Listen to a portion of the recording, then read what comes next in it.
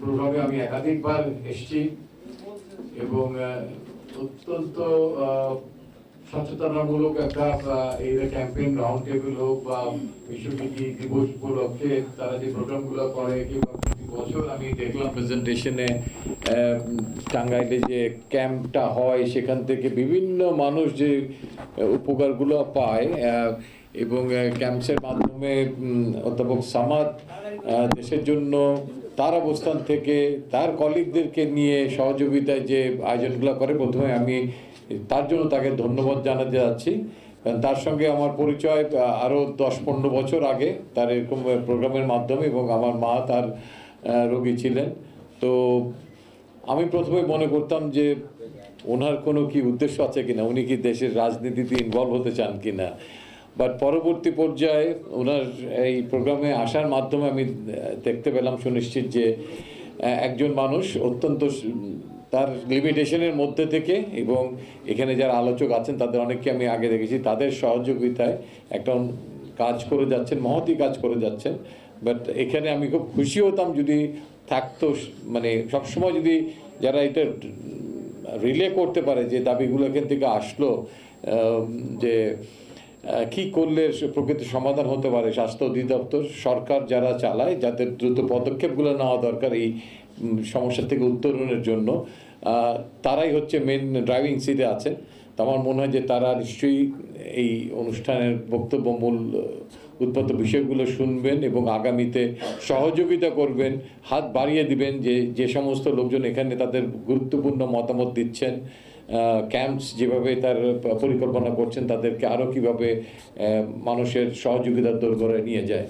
সামাদ ভাই আমাকে যে প্রশ্নটা করেছেন তার খুব বেশি কিছু বলার এখানে নাই, অল্প কিছুই বলবো। বা তার আগে আমি ছোট্ট আপনার যে আমি পেপারটা পেলাম সেখান থেকে যে কথাটা উঠে আসছে যে 3,80,00,000 লোক আসলে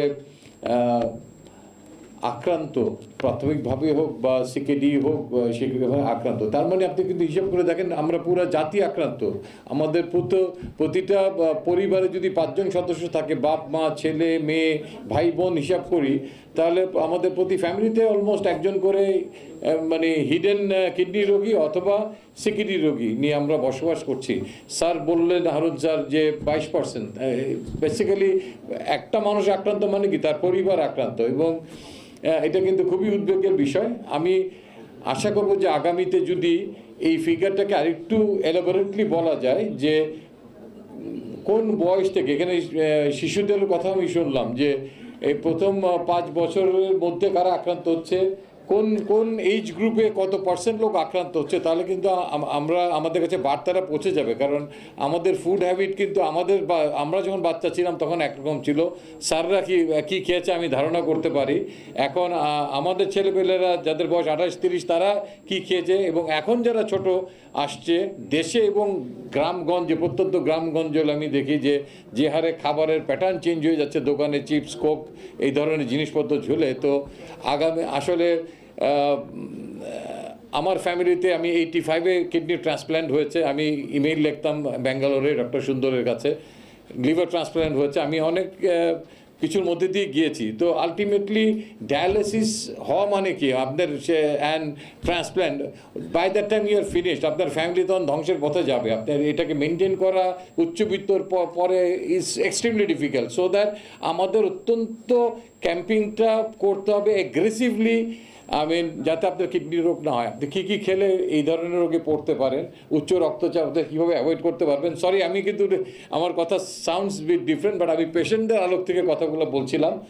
তো সেই জায়গাগুলোতে আমার মনে হয় ক্যাম্পেইনটা সবচেয়ে বেশি হওয়া উচিত, যাতে আপনি এই রোগটার মধ্যে না ঢুকে গেলে দেন আপনাকে স্লো ডাউন করার জন্য তারা আপনাকে সাহায্য করবে। সেই পরিমাণ ডাক্তারের কথা যা শোনালেন আপনি, সেটা আমাদের দেখা যাবে যে আমাদের ইন্ডিয়া যেতে পারছে না, কিন্তু ইউটিউব শুনতেছে।